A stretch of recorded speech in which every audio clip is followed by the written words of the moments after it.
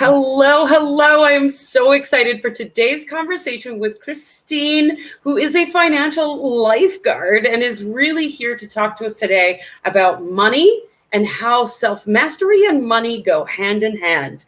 Welcome, Christine. Thank you so much for being here. Thanks so much for having me.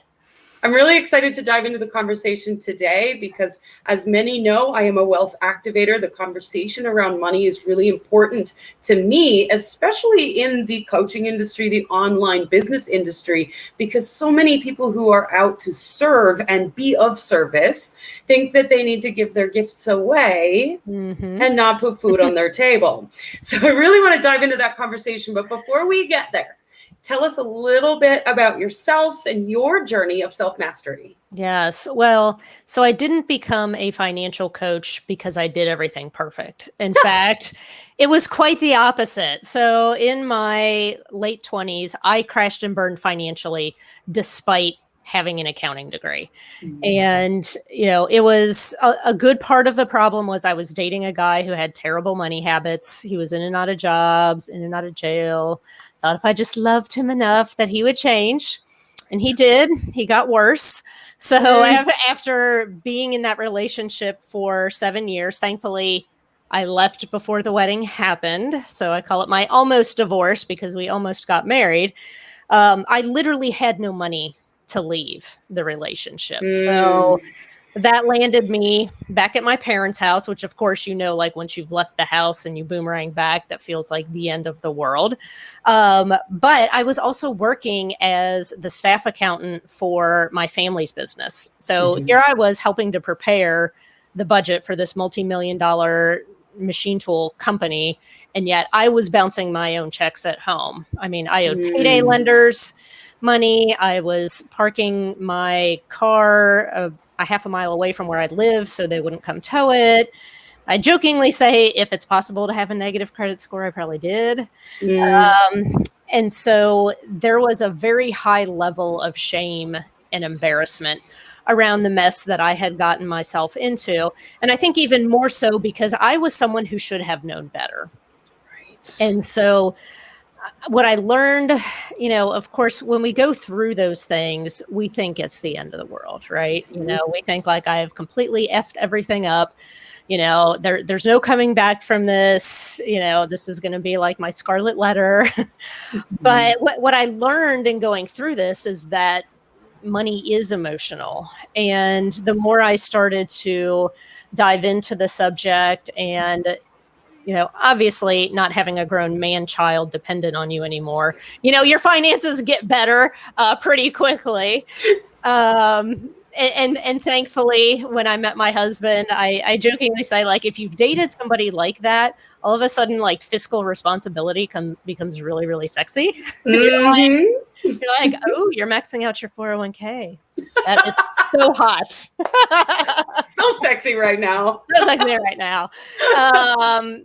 But, as I started to help people with their finances and, read the different stuff about personal finance that was out there, as my journey evolved and I started to get into coaching, I realized that there was a really big shortfall in some of those traditional approaches, like the Dave Ramsey and the Suzy Orman, because they weren't talking about the emotional side of money. They weren't really talking about the psychology of money. They were just basically saying like, hey, if you don't like your financial results, then you need to change your actions and let me give you this punch list of things to do. Right. And the problem is, people can make themselves do those things to a point with willpower. But then all of a sudden, an emotional trigger happens, right? And then they get pulled back into a pattern. And then they say, what's wrong with me? Yes. What's wrong with me that I can't do this? And I tell people, that's the wrong question. The right question to ask is, what happened to me? What happened to me in my past that is causing me to interact with my money in this way? So what I really love to do is to bring together the mindset and, learning about the subconscious mind and the power of it, like all the woo-woo stuff, right? With the practical. So like when I'm working one-on-one with my clients, we uncover all of these emotional triggers and we figure out like what is going on down there in their subconscious mind. But yet it's like, okay, what are the practical actions that we actually need to take? And so just as a quick example, I have 5 different ways that people can accelerate debt payoff. And it's based off of what's most emotionally motivating to them. I love that. Tying the two together. Yeah. So it's not like, oh, how much interest are you going to save? Or, and for some people that might be most emotionally motivating. Yes. But for some people it's not. And I think people are relieved to know if they haven't figured out how to win with money yet, that there literally is nothing wrong with them. They just don't have the revelation that they need to overcome those emotional triggers. Oh, such gold in that story. There's so many things that I want to talk about now. The first thing is, I think that a lot of people have this belief or concept that money is evil, that money only belongs to people that, you know, will do anything to get it. There's this big misconception about money. And one of the things that you said in that story, if you had have had the financial means to get out of that relationship, you would have been able to take your power back and not go through what you went through of having to move back to your parents and all of those pieces. Money is empowering. Money gives us the ability to do things that we need to do. So that was the first thing that stood out to me. There's a lot. The second one that stood out to me, which I want to dive down the rabbit hole, is this concept of what some people consider woo-woo. Here at Rebel Radio, it is science. And the science, the woo-woo, the subconscious, that self-mastery, the emotional piece tied together with the practical piece. Because we can, you know, do all the subconscious work on the emotions, work on the mindset.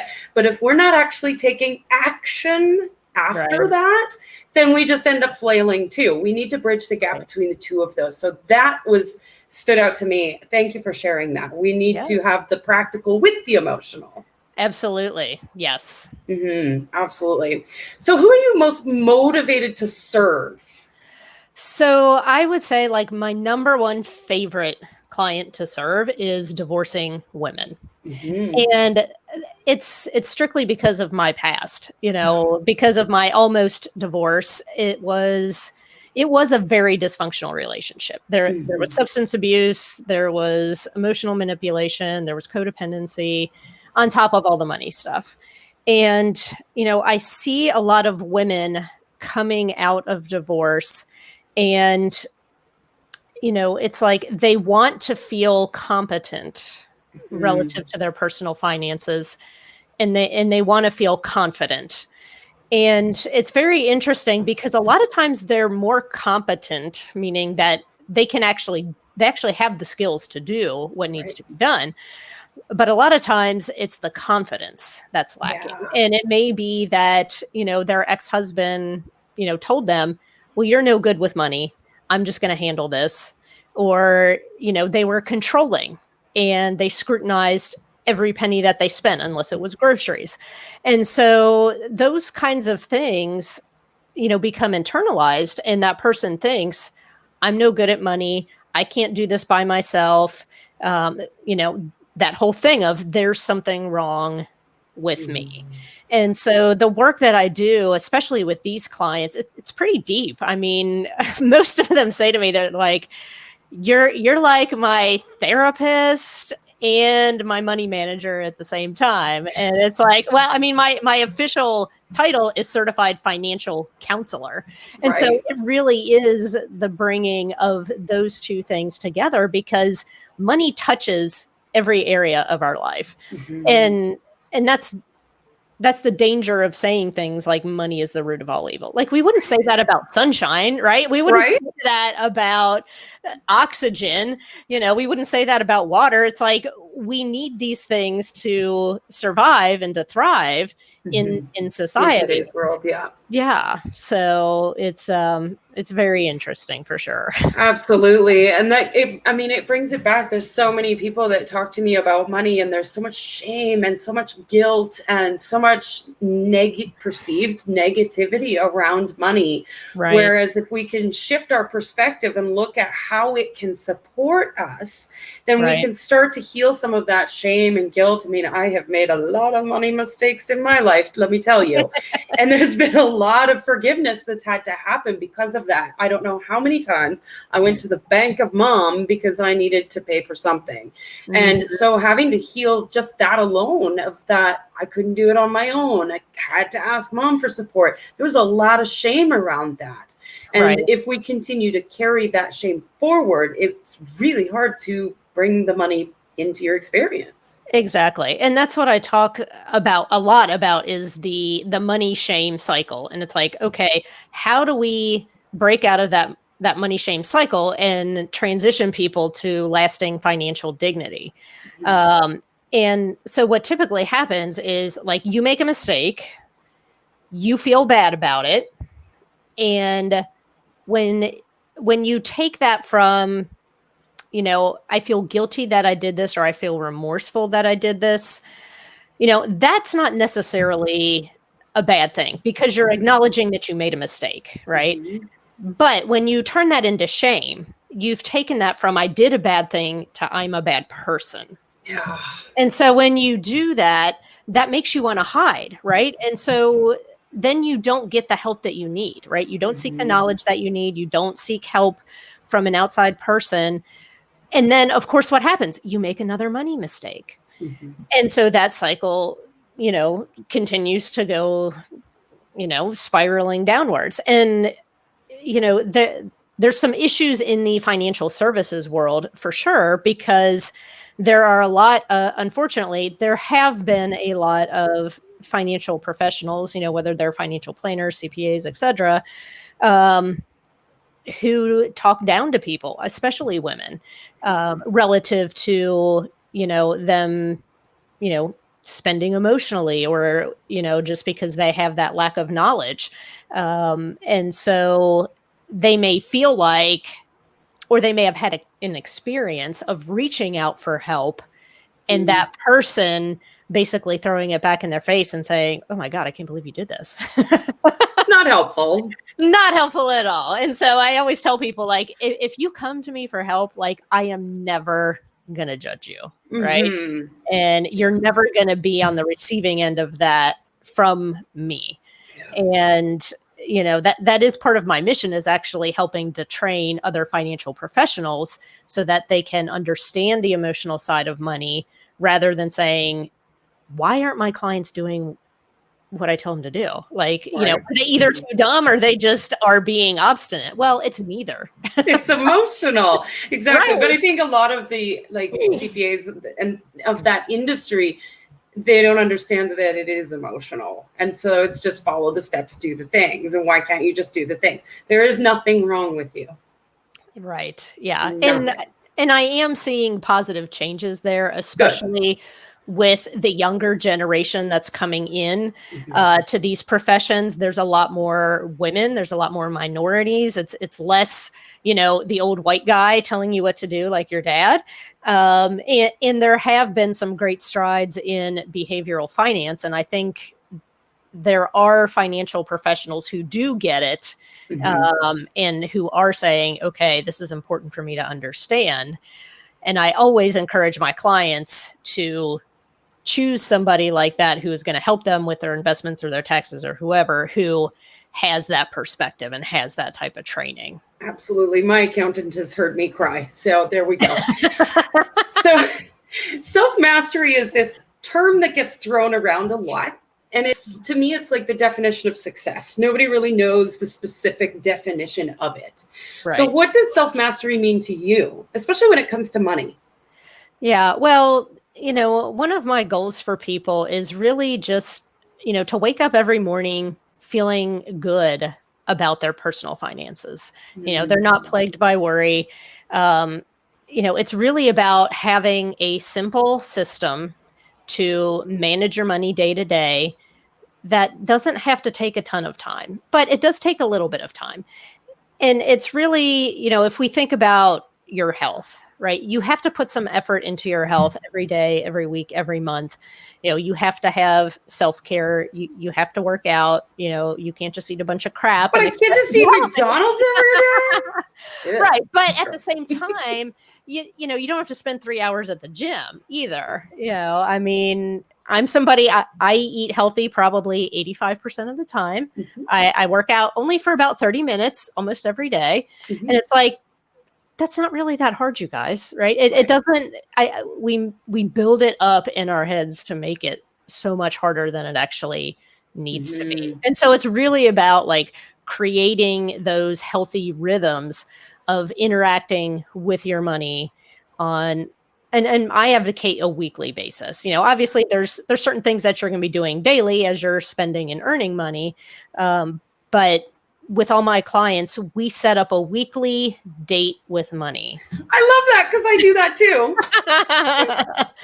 Yeah. And I tell people, it doesn't have to be on a Friday night with a glass of wine, but it could be. It could be.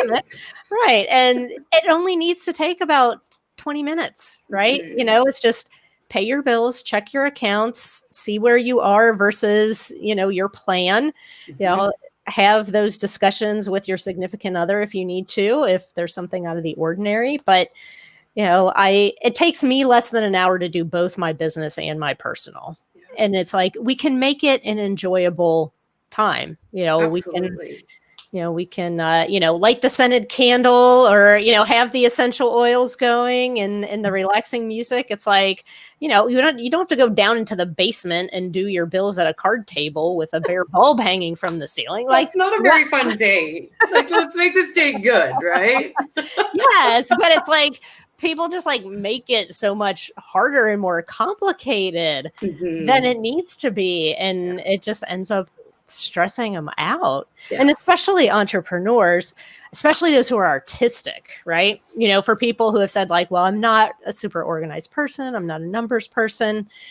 One of my good friends is an artist, and she was telling me that it took her like 4 days to get her stuff ready to give to her CPA to do taxes. And I'm like, why is it taking you 4 days? And I said, well, tell me what you're doing.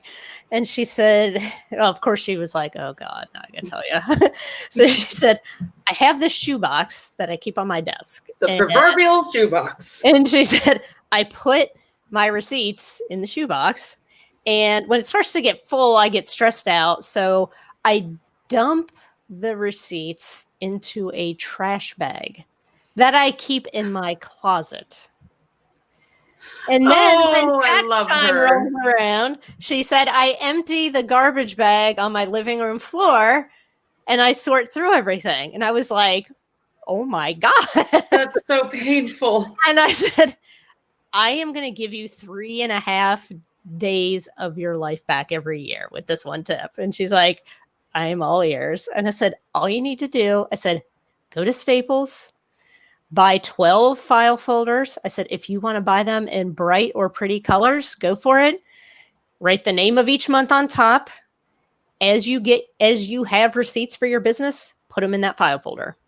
When your bank statement comes in, put it in that file folder. I was like, you are done. That is it. She called me the next year and was like, oh my God, I love you so much.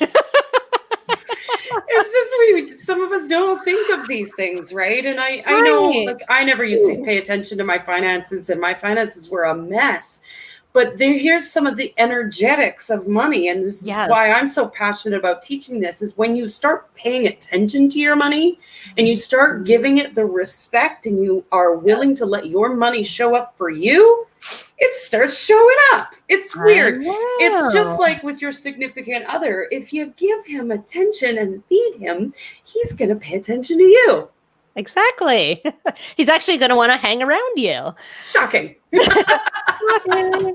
Yes, but it's like I feel like people like work things up in their head so much, like that managing their money is going to be so hard. Yeah. And I'm like, look, there's all kinds of tools out there that take all the hard out of it. Yes. There's a ton of different apps that'll help you track your spending. When I'm working one-on-one with clients, I literally go in and set it up for them. I'm like, we are taking away all the excuses, right? Yeah. And I think part of the issue here is that society hasn't taught us how to do this. I didn't learn in school how to manage my finances. It's not a skill that's taught. And so unless your parents were really good at it, then you probably didn't learn those skills along the way. So it's not your fault. Right. But you do have to take responsibility for it now.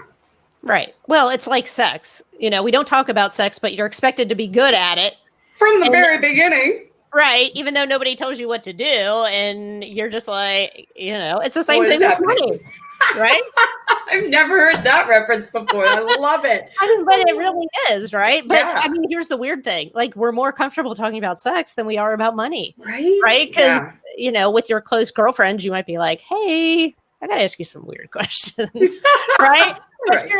But most people aren't going to ask their friends about money. Like, well, how much are you making? Or like, how much do you Well, that's so taboo. You don't talk about how much money you make. I know. Well, and I tell people we have to talk about it. It's good for women to talk about it because then we know if we're being paid fairly, right? Yeah. Having that transparency helps to pull down those glass ceilings. Absolutely. Yeah. And I think if we're just all more open about it in general, it'll tear down the glass ceilings, but it will also tear down the shame and the guilt and the story that's been carried around money for centuries. Right. Yeah. Yes. So what is one thing that you've learned about yourself along your journey that you would love to share with our listeners? That I've learned about myself. Well, I think, and you alluded to it earlier, I am harder on myself than anybody else is. And exercising self-forgiveness was one of the greatest gifts that I gave myself.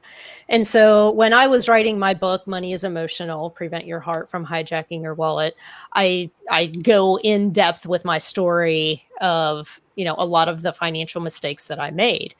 And I found myself getting really emotional as I was writing the book. So I called my mom and I'm like, this is really weird. Like, I feel like I've been like PMSing for like 2 months writing this book.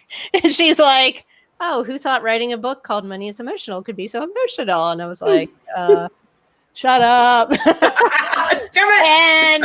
at first I thought that I was still mad at my ex. Right. Because like, as I was like reliving some of these lessons, I was like, ugh, like if that hadn't happened, like guess how much money I would have had now. Right. If I hadn't done that dumb thing. But then I realized that wasn't it. It was, I had not forgiven my younger self because every time I was telling those stories afterwards, I would feel this twinge of, God, you're so stupid. Like, why did you do that? And so in the book, I actually include the letter of forgiveness to myself. And I mean, it was extremely powerful. And basically I wrote it as if my younger self was my younger sister. And just saying like, I understand that what you were going through and why you did some of these things that you did. And like, the good news is God, the universe has not wasted your pain, right? Now you're actually using all this stuff that you have gone through to help other people so that they don't have to go through this. Yes. And I've had people like call and email me and said like, I just read your letter of forgiveness to yourself and I'm totally bawling over here. Yeah. Forgiveness letters are so powerful. And when they can be witnessed by others, I find that they have incredible power behind them. I love that you shared that. Thank you. Yeah. Yes. So good. So with everything that's going on in the world right now, perceived chaos that's happening, what's something that you could share with our audience about current events? If you could share anything. Well, you know what? It's, I understand that there are some people who are going through some hard things right now, but there also are some people who are thriving financially right now. And I had to get over feeling guilty when people said like, are you hanging in there? And I'm like, I'm having my best year ever Me in too. my business. Yeah. And, you know, just because there is uncertainty doesn't mean, especially as entrepreneurs, that we should stop giving our service. Right now, Yes. have I changed some things? I mean, one of the reasons I'm having my best year was I created a webinar specifically to tell people, okay, what do you do if you're in financial crisis right now? And how do you prevent that from happening again? And, you know, I'd been selling that like crazy. Right. And so I think one of the most important things is if someone is going through a rough time financially right now, the most important thing that they can do is really get their hands around what exactly is going on in their finances. Because the problem is, if you don't know exactly where you stand, then you have this low level of anxiety, or sometimes high level of anxiety, that's just like following you around everywhere. And that causes a lot of stress. And some people are like, well, I don't want to look at it because I'm afraid of how bad it's going to be. And it's Right. like, well, it's never going to get any better if we don't If you don't look at it. take a look at it, right? I mean, that's like putting a bandage over a gash and like not letting a doctor look at it and see. Right. You know, they're like, we're just going to keep it covered and maybe it'll Hope for the go best. away. Right. And it's like, no, we actually do need to be proactive and, you know, maybe tear that bandage off. And that is hard, you know, taking that first look at things and saying, okay, what exactly are we dealing with? Because it's like, I can't give people any specific financial advice until we know exactly what we're dealing with, right? You know, and you and I talked about, you know, the fact that I'm a rebel when it comes to personal finance because I don't make people cut up their credit cards. I don't put people on super strict budgets because I feel like it teaches them financial binge and purge rather than how to have a healthy relationship with their finances. But it really is about saying, okay, I need to assess what's going on, and I need to spend regular time with my finances. Because it's only when you see exactly what you're dealing with that you can actually make forward progress. Yes, absolutely. I love that so much. So we do have a listener who's asking for a link to that forgiveness letter. And I know that you had mentioned that you have a gift for our listeners. So if you'd like to share about that. Yeah. So your listeners can get the first 3 chapters of my book. They can go to moneyisemotional.com. The forgiveness letter is not in the first 3 chapters. I will say that much, but, you know, the ebook is less than $10. And there's also a workbook, on that same page as well. So like, as people go through and read each of the chapters, there are exercises for them to apply those things to their particular situation. Beautiful. All right. So I will make sure that wherever this podcast is shared, I will get the link in there for you guys. Awesome. So I could have this conversation with you forever because I love talking about money, but we can't go on forever. I want to thank you so much for being here. And I'm going to end it as always with one last question. Okay. What do you answer it? You can answer it. I believe in you. What do you dream of for the world? Oh, that's easy. My dream is to spread the financial dignity movement around the world. I want everyone to wake up every morning feeling good about their finances and for it to not be a source of stress for them. Oh, so good. This is why I always ask this question last, because it's my favorite. Thank you so much for being here, Christine. Thanks for having me.